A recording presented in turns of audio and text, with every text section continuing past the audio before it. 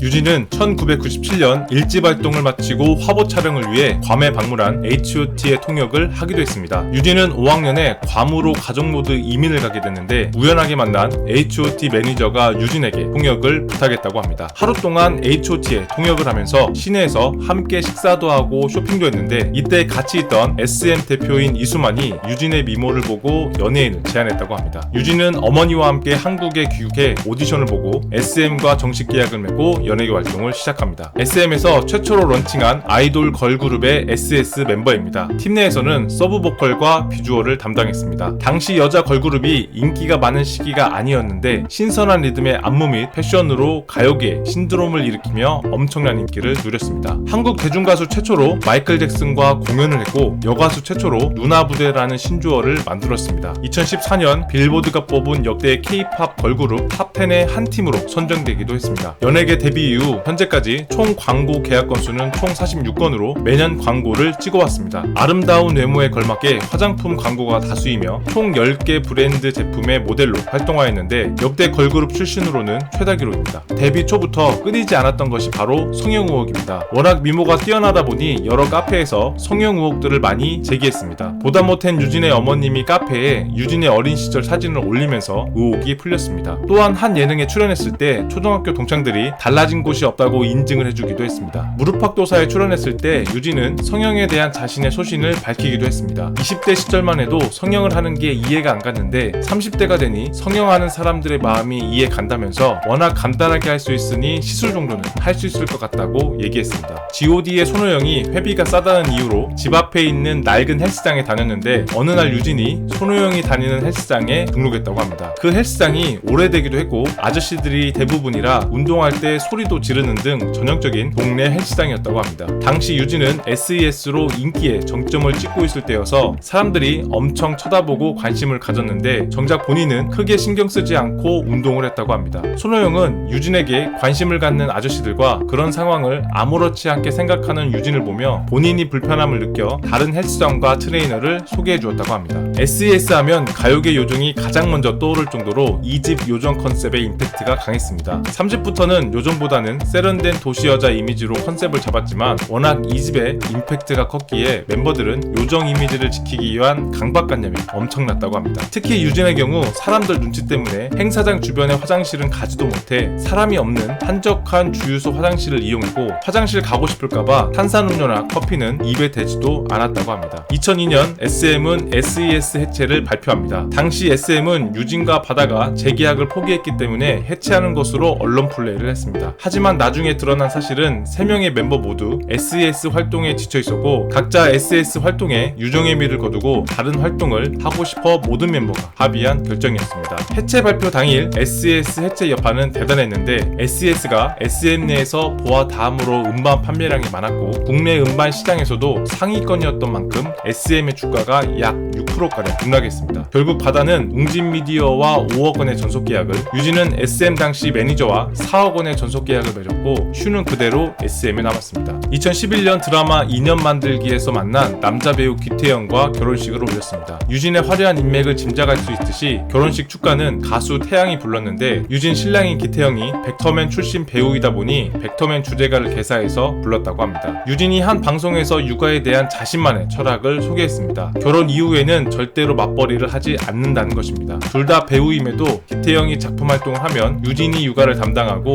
유진이 작품 활동을 하면 기태영이 육아를 담당한다고 합니다. 2015년 네이버에서 역대 걸그룹 센터 멤버 중 최고의 비주얼을 뽑는 설문을 진행했습니다. 약 15만 명이 투표에 참여했는데 유진이 26%로 1등을 했고 소녀시대 유나와 미스 A 수지가 각 2, 3등으로 선정되었습니다. 시청해주셔서 감사합니다.